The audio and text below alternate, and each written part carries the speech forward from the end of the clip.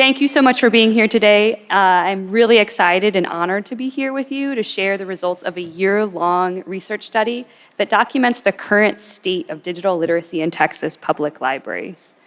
At a time when almost 60% of Texans experience some sort of digital distress, libraries hold a unique and powerful role in helping bridge the digital divide. Previous to the study's publication, we relied on anecdotal information to share and promote that libraries are an essential, in some case singular, place where community members can get digital literacy assistance. With this report comes evidence that highlights the impressive work of Texas libraries and supporting digital literacy training in their communities. It also, however, finds that libraries statewide identify significant unmet needs and points to the benefit of increased opportunities for training and resources.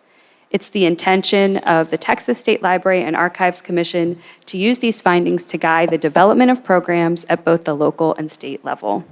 So during today's session, we will discuss the findings, and we'll also have a conversation with two folks that I'm joined here today with to really discuss how libraries can strengthen, deepen connection, networks, and other partnerships to advance digital literacy skills and acquisition in their communities.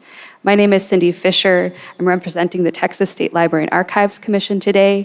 I'm joined by Jennifer Harris from the National Telecommunications and Information Administration, and Michelle Vick from the Texas Center for the Advancement of Literacy and Learning. Thank you. So we are really excited to, this is actually going to kind of be a multi-part session today. For the next hour, we'll cover some of the results of the study, and then we'll jump in with some of our consultants. With the Texas Broadband Development Office, we'll talk more about how and what libraries can do to be that essential piece of community connection as we continue to connect Texans to the internet. After the demo, there will be time with the panelists to network with your colleagues, and at any time, feel free to get yourselves some refreshments. Okay, so now here's the reason why you're all here. So before we begin, I just want to also draw your attention to the fact that this is a very large document. We have copies of the actual printed document, which is called Texas Public Library Serving Communities to Enhance Digital Literacy. It's available at all 3 of our TSLAC booths in the Convention Center Hall, but using this QR code or link going directly to the URL, you can download both an executive summary and the full report. Please feel free to share this, as well as the press release, which we did send out about a month ago, a few weeks ago, with any potential stakeholders. All right, so let's jump right in.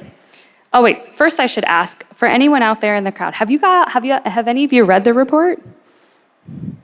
Do any of you currently offer digital literacy resources? All right. So you're in the right place, good, okay.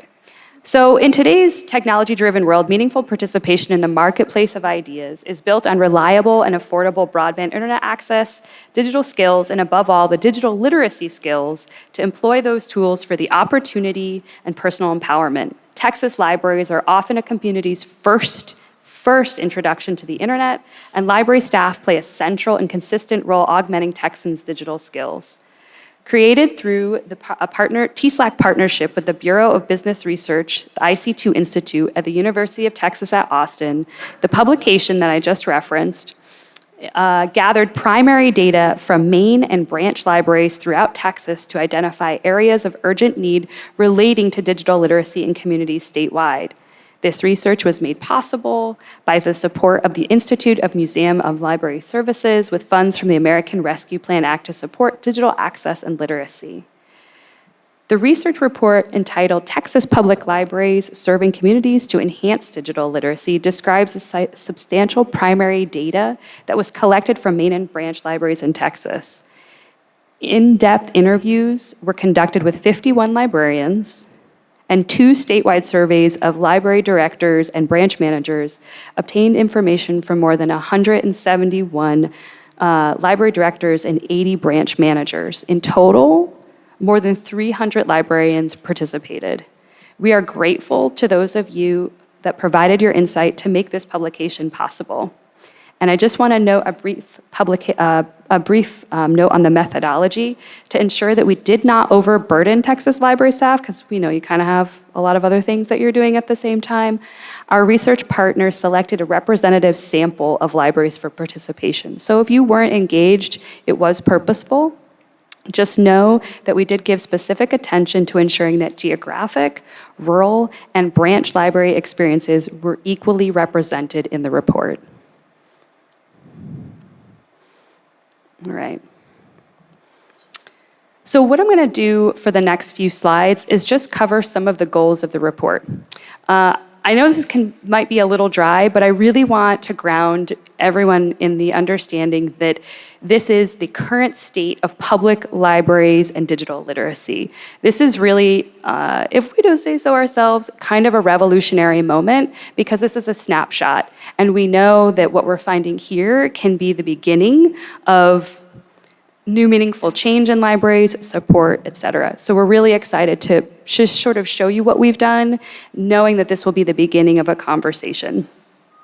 So the first two goals were to assess the current practices of Texas public libraries and determine how current practices in digital literacy training might differ by populations and sizes. So what our partners found, was that one-on-one assistance at main and branch libraries is actually the most common form of digital literacy training, far surpassing on-site and online class offerings. Large proportions of main libraries and branch libraries currently help patrons with basic computer skills, email and chat, office productivity, searching the internet, and other user-owned devices. Smaller numbers assist with social media, online safety, and in languages other than English. Few public libraries are offering classes or one-on-one assistance on advanced content subjects, and by that we mean like podcasting or sort of more enhanced multimedia resources. Our third goal was to identify if there are particular segments of residents who are kind of more predominantly seeking assistance. And our findings were that age is the predominant characteristic of both main and branch library patrons seeking digital assistance. Older adults or seniors are by far the population group cited most frequently by librarians based on their experiences, followed by patrons with lower incomes, adults in general, second language learners, and patrons with job-related requests. Note that librarians provided answers on the basis of their own perceptions about the age of patrons, their income levels, place of residence, and so forth, rather than data collected directly from the patrons, and some fall into multiple categories. Our fourth goal was to assess the barriers to and necessary resources for expanding the training to digital literacy. So, approximately 2/3 of Texas librarians believe there are unmet digital literacy needs in their communities. 20 to 30% of librarians say they do not know if such needs exist, although more than half of librarians in smaller communities say they aren't sure. The most pressing needs, according to library directors, were for more trainers, more classes, and methods to deal with the low computer skills with their community. 3 other needs that were also highly ranked were digital literacy materials in other languages, space to conduct training, and spaces to access free Wi-Fi and computers. So identifying some infrastructure issues as well. The 5th goal was to identify collaborations with community partners, specifically schools, institutions of higher education, local workforce, et cetera. And our findings were that just over 20% of both main and branch libraries have partnerships. Again, this is only in the area of digital literacy. We know that libraries have partnerships in many other areas of outreach. Most partnerships have been established to serve a particular population, in this case, lower income and underserved patrons and communities. The Texas Workforce Commission was the primary state entity noted. And most common partnerships focused on ESL, GED, and computer classes. Finally, audience for service and training are programmed for lower income and underserved communities. So this wasn't a stated goal, but I really felt like a point that the report addressed that I felt was important to note, just for to sort of underline a lot of the anecdotes that we've heard over time from many of the folks in the field, was that there are really some challenges with providing effective digital literacy training. So one of the questions that was asked, kind of a sub-question, was that what are our effective and ineffective approaches in teaching digital literacy skills? So here's what we heard from our libraries. From directors responding to the survey, believed one-on-one sessions are actually the best training model for providing classes. And I should note that when I say main libraries, we're talking about main libraries in large urban areas, as well as main libraries in small rural areas or suburban areas where you might only have one library. That was considered a main library. What was also effective was tailoring the content to the community needs and adapting training based on the digital competency. So having the ability to kind of maybe on the fly note what a patron's needs are and kind of adapting to what those needs instead of just following a set curriculum. Repeating classes and tying classes to certifications. Again, what I'm sort of talking about here more is how people decided to, what was effective in ensuring that people came to a class and stayed, or felt like the library met their needs. These are the effective ways that our libraries kind of communicated with us. And then also, a very effective approach was to combine ESL and computer literacy classes. Some challenges and barriers, though, to providing digital literacy training were just that people didn't show up, that there weren't enough staff to provide resources, that there weren't staff around that could teach, that there wasn't space, and that there wasn't support in the community to help community members attend. So the sixth goal was to compare current practices with libraries nationally, and we don't do so poorly. I mean, we're at 84% of Texas libraries are providing digital literacy assistance compared with the national average. So the seventh goal was to compare findings of Texas main public libraries with those from branch libraries. So branch libraries, from our study, uniformly provide more of each type of training and assistance than do main libraries. For example, every branch library offered some type of digital literacy assistance, while 15% of mains do not. However, the libraries that tend to be smaller, with more than 1/5 of Texas' smallest libraries, so those serving populations of fewer than 5,000 residents, currently are not offering any type of digital literacy training. Our eighth goal was to develop some case profiles and studies that could assist Texas librarians in implementing more effective and efficient digital literacy services.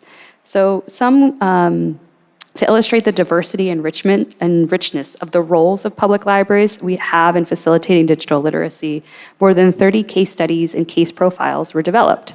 Some illustrate how libraries have helped with specific types of training and assistance. Others show how libraries have helped their patrons with online assistance for job seeking, job training, and workforce development. Several describe services and assistance for specific types of patrons, such as older adults and teens. Because our time is short today, I encourage you to download and read the Digital Literacy Report to find inspiration and potential ideas to adapt for your own libraries. And I just wanted to select a few here to call out. Some of the selected case studies that you can find would be Dallas Public Library's Digital Literacy Coordinator position and a partnership with the local cardboard project to help assist those that are currently experiencing homelessness with digital literacy skills. The Mason County M. Bevan Eckert Memorial Library partners with the local high school Spanish instructor to provide bilingual digital literacy classes. And the Moore Memorial Public Library employs a two-person high-service model where they commit to staying with a patron throughout the entire interaction. So just different approaches to providing that kind of wraparound support. And finally, our last goal was to develop an estimate for how much public library digital literacy training costs. And the range for this was between $70 and $90 million. So if you feel like maybe you need more money to be more effective, you're not wrong, because this is a very expensive undertaking that you all do. So we have our recommended next steps that our research partner sort of gleaned from all of the feedback. And some of them, this is not all of them, again, I encourage you to download it and read it in full, is establish a grant program related to digital literacy in Texas libraries. That would be for TSLAC to consider. To fostering mentoring and peer support for small libraries to better meet their capacity needs. To provide more programmatic attention to older adults and seniors. And finally, to help assist in the creation of local public library partnerships. All right, so I just talked at you for like 15 minutes or more. So here we're gonna have a Q&A based on, so that was our grounding in the current state of digital literacy in public libraries. That's fact-based, evidence-based research that you can use to help sell your stakeholders on why the importance of digital literacy and funding digital literacy in your library and your community is so essential. Now I'm really excited to get to have a conversation with Jennifer Harris, who is the Federal Program Officer, Texas, the Texas Federal Program Officer in the Office of Internet Connectivity and Growth under the National Telecommunications and Information Administration, and Michelle Vick, who's the Associate Director, Distance Education PD Center at the Texas Center for the Advancement of Literacy and Learning at the Texas Workforce Commission. So we're gonna kind of jump in, and what I've asked them to do, what we'll be talking about is from their different perspective outside of libraries, what they are seeing. How can their experience inform what Texas public libraries are doing in digital literacy? So I'm going to now go to the table, and we're going to continue our conversation from there. Hello, Michelle and Jennifer. Nice to see you all. All right, so let's start off. Jennifer, this one's for you. You're the Federal Program Officer for Texas in the Office of Internet Connectivity and Growth. Could you tell us a little bit more about what you do there? Like, who do you interact with, and what should libraries know about your position? Certainly, and I'll take a step back. Before today, how many people in this room had heard of NTIA? This is more than I get any time that I speak with anyone, so I'm really, really proud of this room. For those that don't know, we're a part of the Department of Commerce. Probably more people have heard of the Department of Commerce. We are actually celebrating our 45th anniversary as an agency, standalone agency, and our primary job is to advise the president, whoever the president may be at the time, on internet and related items. And so one of the really cool things from the infrastructure bill was that the majority of the broadband funding was given to NTIA to administer this time around. We've been a part of the conversation on this for so long, and we've had our own grant programs, but of course a lot of broadband funding comes from the FCC, and if we think about E-rate, of course that's a lot of funding that goes toward connectivity from the FCC. Funding has come from USDA, funding has come from Economic Development Administration, which is one of our sister agencies within the Department of Commerce. But for the infrastructure bill, we did get the bulk of the dollars, the main infrastructure program being something called BEAD, Broadband Equity, Access, and Deployment, and then another program called the Digital Equity Act. And so my job as the Texas Federal Program Officer is to help the state of Texas implement those two programs. There's one of me in almost every state. A few of our states are doubled up because it made sense either geographically or based on the person themselves for them to represent two states. But the entire goal of us being in our states and knowing our states is so that you don't have to call Washington, D.C. You call somebody who lives in Texas, who knows Texas communities, who's worked with people on this issue for years. And so you can call me when you've got questions about what's going on at the federal government when it comes to broadband. You don't have to try to call DC and, I don't know, maybe not ever find anyone. Our intent is to really implement this program with more outreach than broadband programs have ever been implemented with in the past. Hopefully aiming to, achieve a higher level of success than we've seen. Obviously we still have plenty of folks that don't have broadband that don't have the digital skills that they need.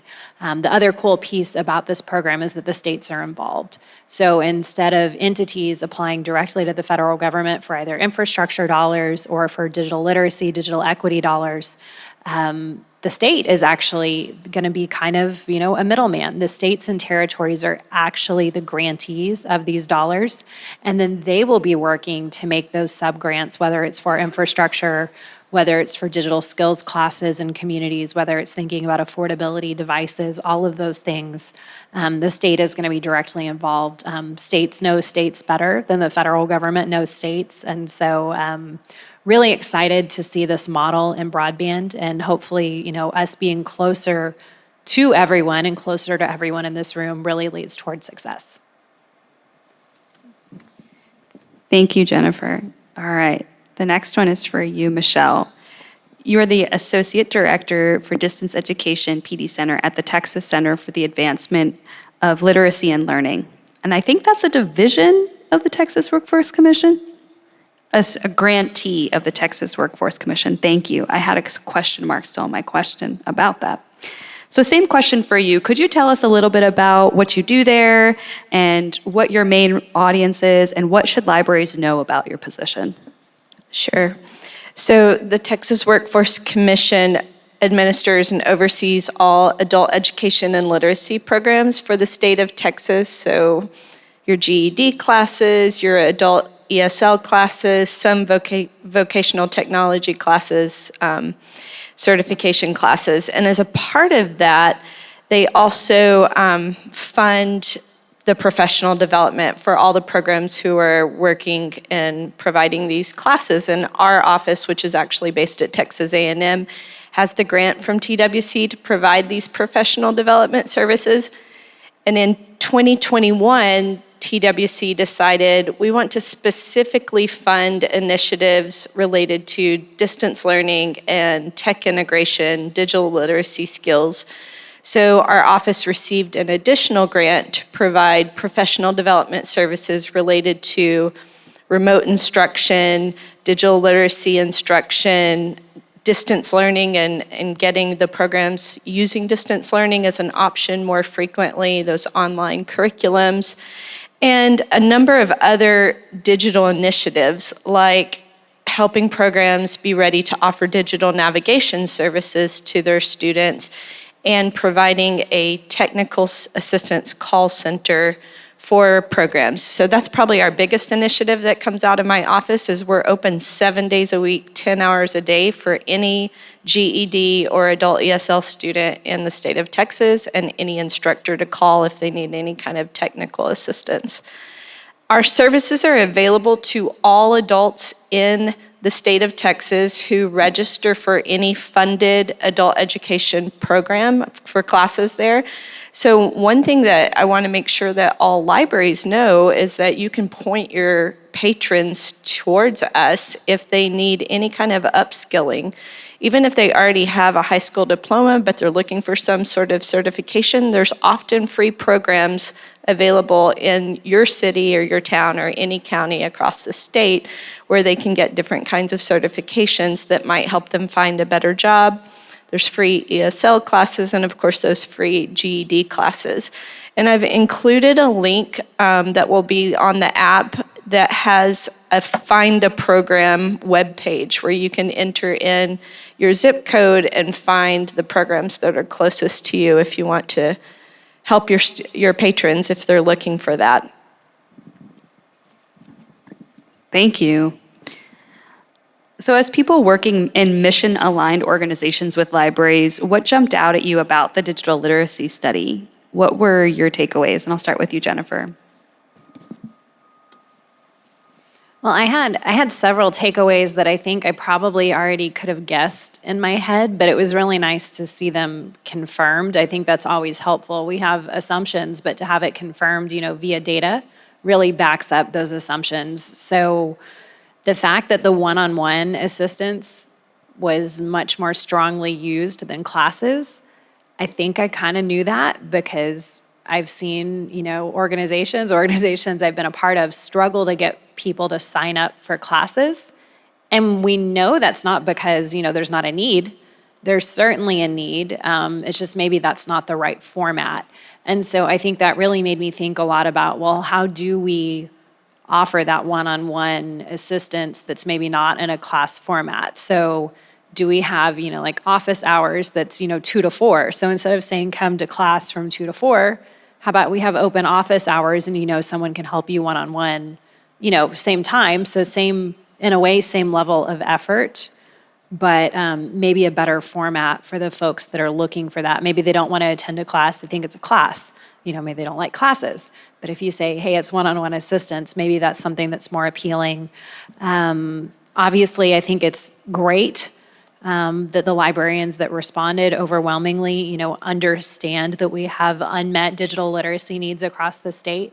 I think that feedback's really important, and I don't want to steal from the next half of this panel, but I think offering that type of feedback as we create our state digital opportunity plan is really going to be key, so that we're actually, talking about the exact needs that Texas has, the exact unmet needs that Texas has, and we can plan for that appropriately as we do have federal dollars headed our way to address those unmet needs.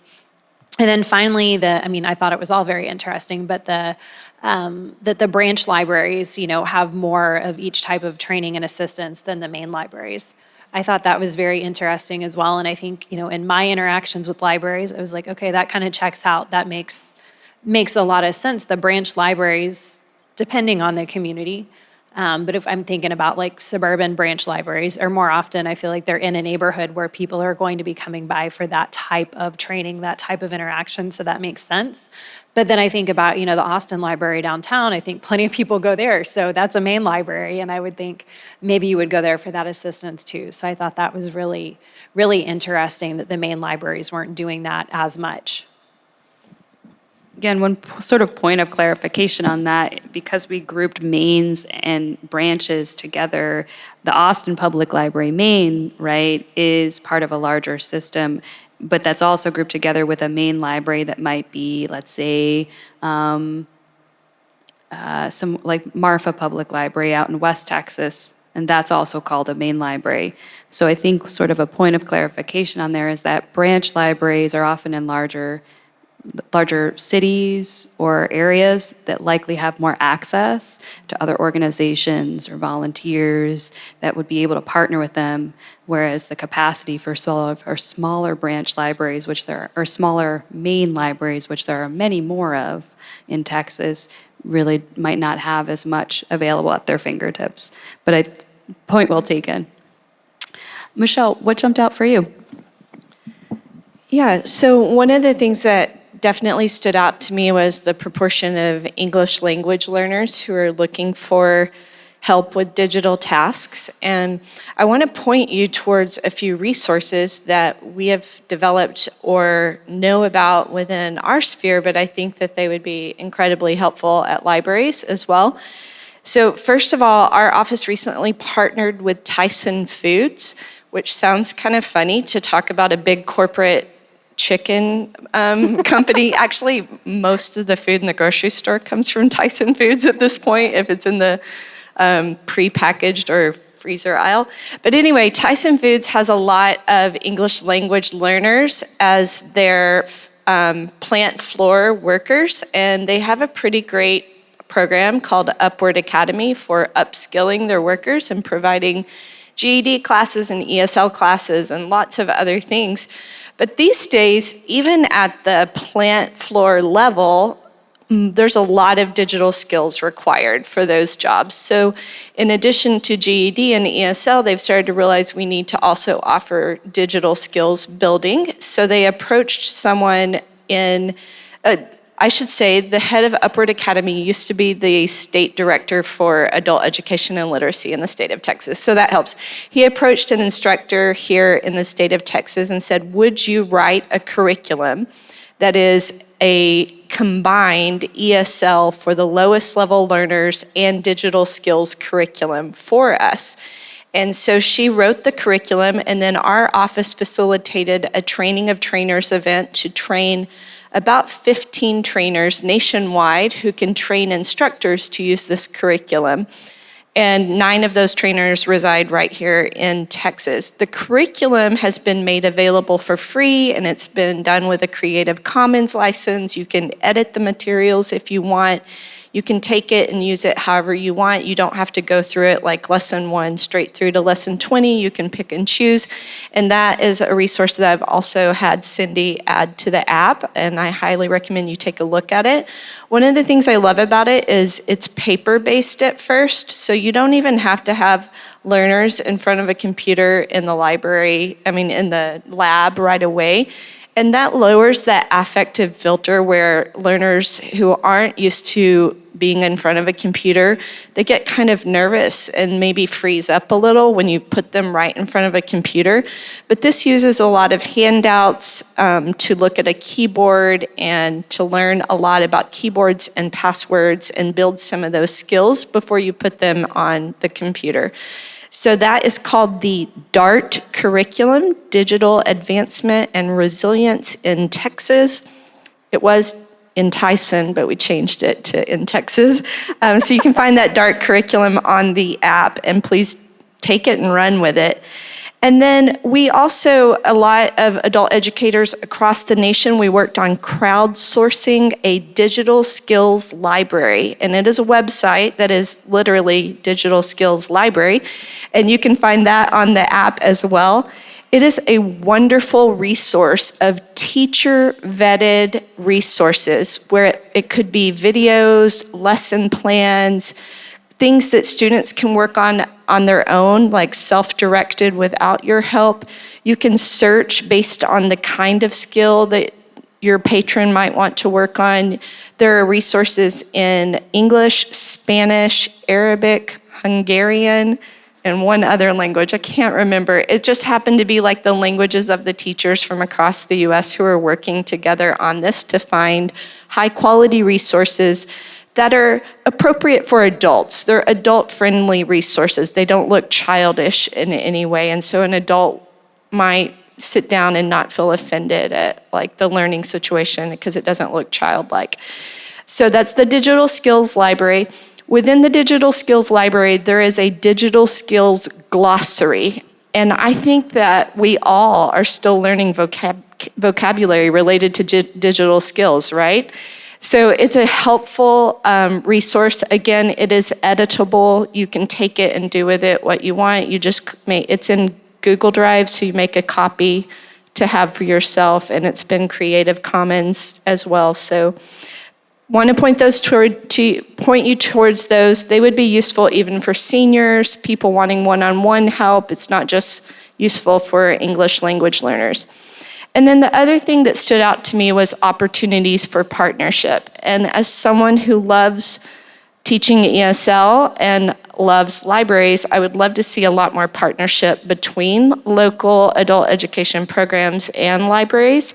So sometimes local adult education programs would like to offer more digital skills instruction, but especially in smaller areas, they may not have the access to computer labs or the resources to provide that, but they have the trained teachers.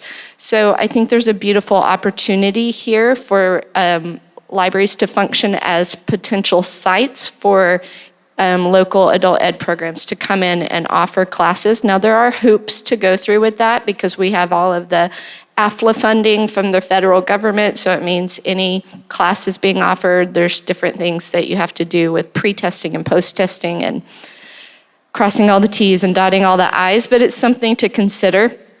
And then another thing that you could do is you could reach out to my office if you would like for one of those trainers to come in and train your staff to use that curriculum that I was talking about that we partnered with Tyson with. So I'll be around afterwards if you want a business card, but those trainers are available and ready to be deployed anywhere to train you on how to use that curriculum and how to work with low-level ESL learners. So just a few things that Michelle is working on. That was awesome. Thank you so much. Could you, not to skip right back to you, Michelle, but could you also tell us a little bit about the distance education call center and your digital navigator pilot? Sure. So our call center, as I mentioned earlier, it's open 7 days a week, from 7 a.m. till 10 p.m. We always have, it's always fully staffed, but we almost always have people who can speak Spanish ready to answer the phones and provide technical assistance. We also have a third-party interpretive service on call in case we have other languages. So last week, I think we had Portuguese, and the week before, Mandarin. So anyway, we're there to help any student, and they do need to be students, and that's one of the first things we ask is, are you a student? What program are you in? I say they need to be students. We also help instructors, but the point is our funding is for us to help funded Texas adult education programs. And we can help with anything, whether it's like we're having a problem with Zoom, or I don't remember my password for something and I don't know how to recover it, or I don't know how to create an email account, like anything like that, we're available to help solve those problems. So that's our call center. And the Workforce Commission, they just felt like it was important enough in this day and age that we do everything we can to lower the barriers for our students so that they have all the resources they can have to be able to continue to advance. And part of that is just dealing with the digital world these days.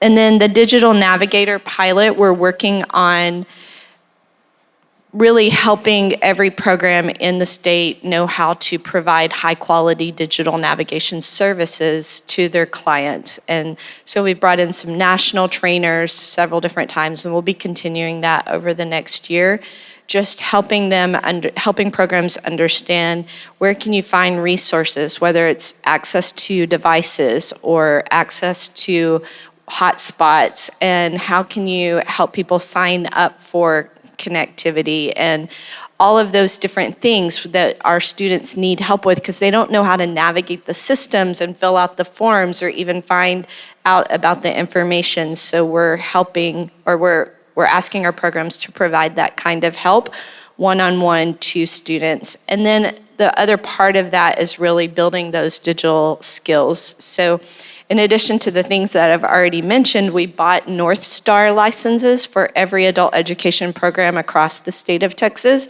So if you don't know what North Star is, I think some of you may already be familiar with it and may have those licenses yourself, but it is a digital literacy online curriculum where you can take assessments online to see kind of where your strengths and weaknesses with digital skills, but you can also take lessons online to build those skills. And North Star is available in English, and almost all of it is also available in Spanish.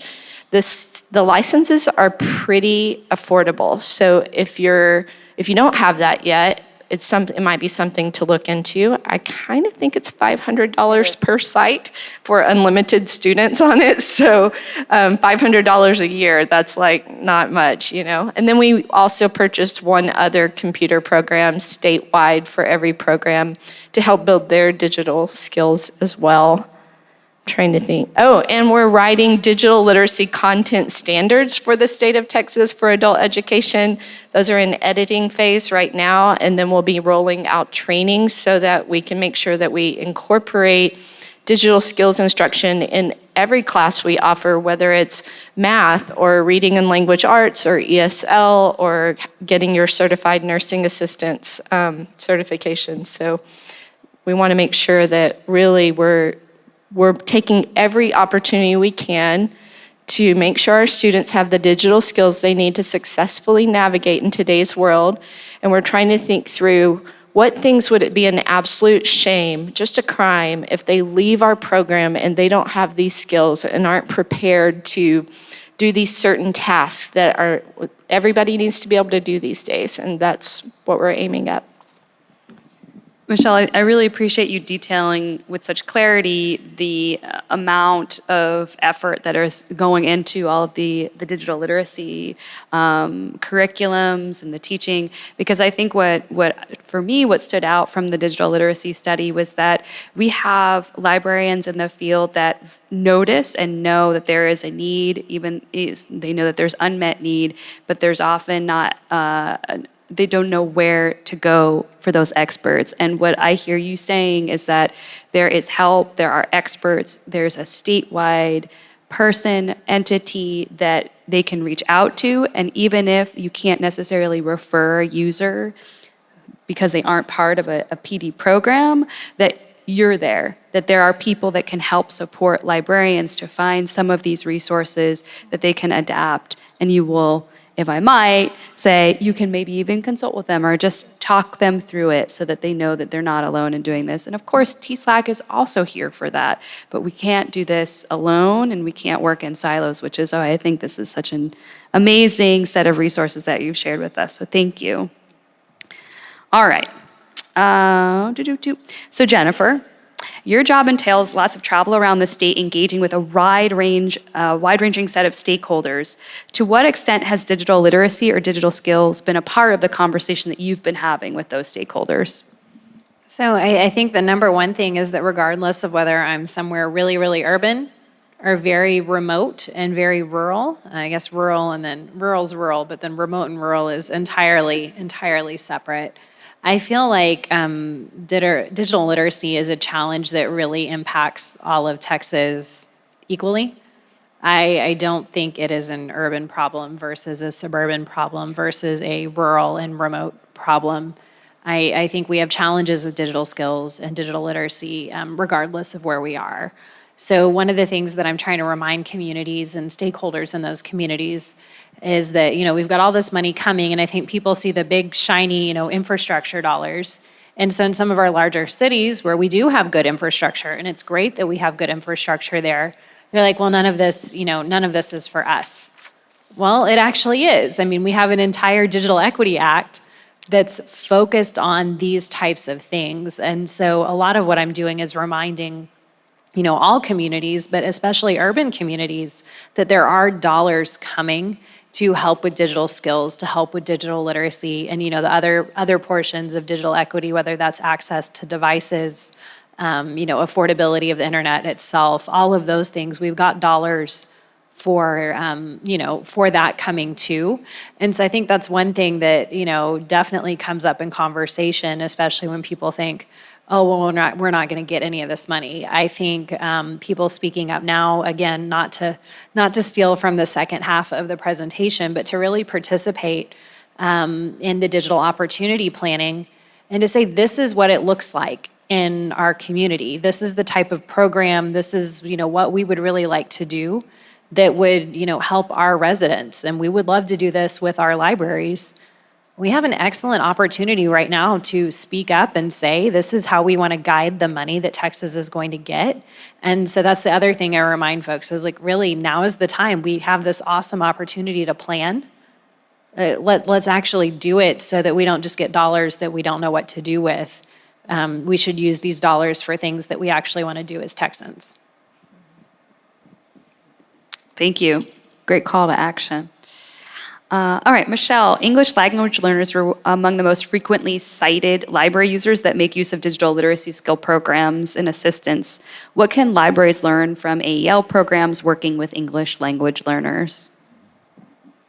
So, as I mentioned earlier, there are some really great resources for providing support to English language learners, and I really encourage you to check out the resources that I provided on the app. One thing you may not realize is that even if you have an English language learner whose digital skills are quite strong, maybe they even create PowerPoint presentations or have built their own website or have a blog or something like that, they still may not have the vocabulary they need to talk about the skills that they have or to follow what could seem like simple instructions. So they may not know the word browser in English or even mouse or URL. I'm an Arabic speaker and my Arabic was good enough to talk about politics, but I didn't know the word browser in Arabic, even though I could open a browser and navigate the internet really, really well. So really making sure you're providing opportunities for even some of those patrons who seem like they have good skills to learn the vocabulary could be really helpful. And again, I would point you towards that digital skills glossary that is on the Digital Skills Library website. And that will really help them to develop their vocabulary and gain confidence. I think a lot of a lot of English language learners. They need those small wins to feel more confident. And then there are great resources available for patrons to learn digital skills in Spanish. So we've tried to curate those on the Digital Skills Library. The Goodwill Foundation has actually provided a lot of really great resources in Spanish for how to open an email account, how to search the internet, some just computer basics like foundational or gateway skills. There's also that dark curriculum that I mentioned, the Digital Advancement and Resiliency in Texas. And what I love about that curriculum is that it's not trying to keep these as two separate things. Learning ESL is one thing and learning digital skills is another, but instead it integrates the two. Because a lot of people, when they come for some sort of class, like I know a lot of libraries are already offering some sort of English class for English language learners, when they feel like, or they have limited time, so they may not have time to do two separate classes. But if you can integrate building digital skills in every class, but while you're also focusing very strongly on helping them get the language skills that they actually came to you for, then that's a win.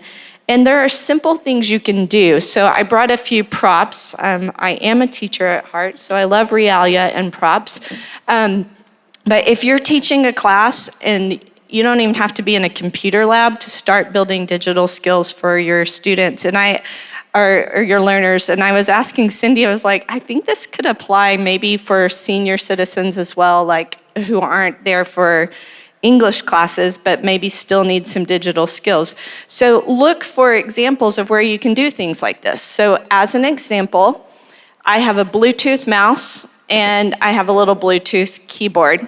If I connect those to my laptop, then I can say, we're gonna explore some website that we need for the class, but I'm going to pass off the mouse and let my students pass it around, and they're navigating the website that we all need for the class. It's for building our English language skills, but at the same time, my students are getting their hands on a mouse and getting to try it out in class as well, without having to sit down in a computer lab. Same thing, like if I'm working with low-level English language learners and we're working on My Name Is, I can also use that as an opportunity to pass around the Bluetooth keyboard and say, let's work on typing your name instead of just writing your name. So they're getting their hands on a keyboard, they're getting some keyboarding skills.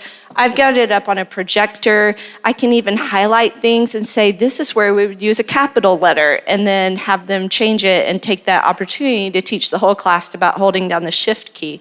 Just as an aside, when you look at a keyboard, everything is in capital letters.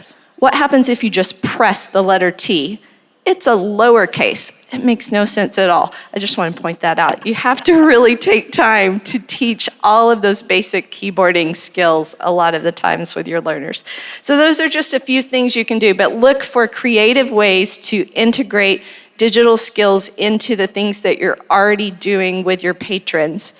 And then the last thing I want to talk about is encouraging just a spirit of exploration and taking steps to kind of reduce that fear level, making sure that, like, even your senior citizens need to know you cannot break the internet.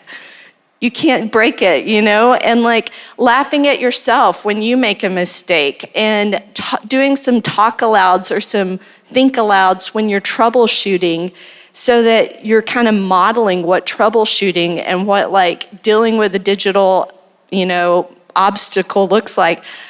My whole job is about digital skills building at this point, and I still have something happen almost every time I give a presentation online, or almost every time I'm standing up in front of people at the computer.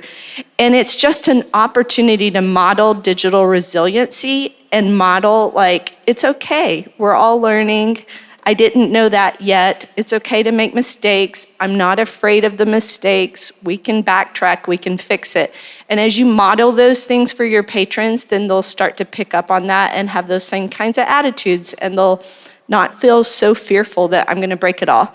One last thing, we learned to drive a car without having to know everything about how a car works, and really using that analogy with your patrons, like, it's okay if you don't know everything about the way this works. You can still try it out, just like you did when you were first learning to drive a car. That's such a great point. And also, when you first told me that about the uppercase letters on the keyboard, my mind kind of like got blown. All right, last question for you, Jennifer. There is significant federal funding that will be coming to Texas communities over the next few years, specifically to address digital skills, as you just mentioned. And as we'll hear from our next presenters, Texas is currently underway in their planning process to develop our approach. As that is in process, can you share any ideas you've learned from other states that are doing this work? Or what do you hope Texas focuses on? How can libraries be a part of that process? And only pick and choose what parts of that question you feel like you want to answer. So I think, when we think about gathering information, whether that's on a survey or, a city council meeting or, whatever forum we're using, it's typically always the same people that respond.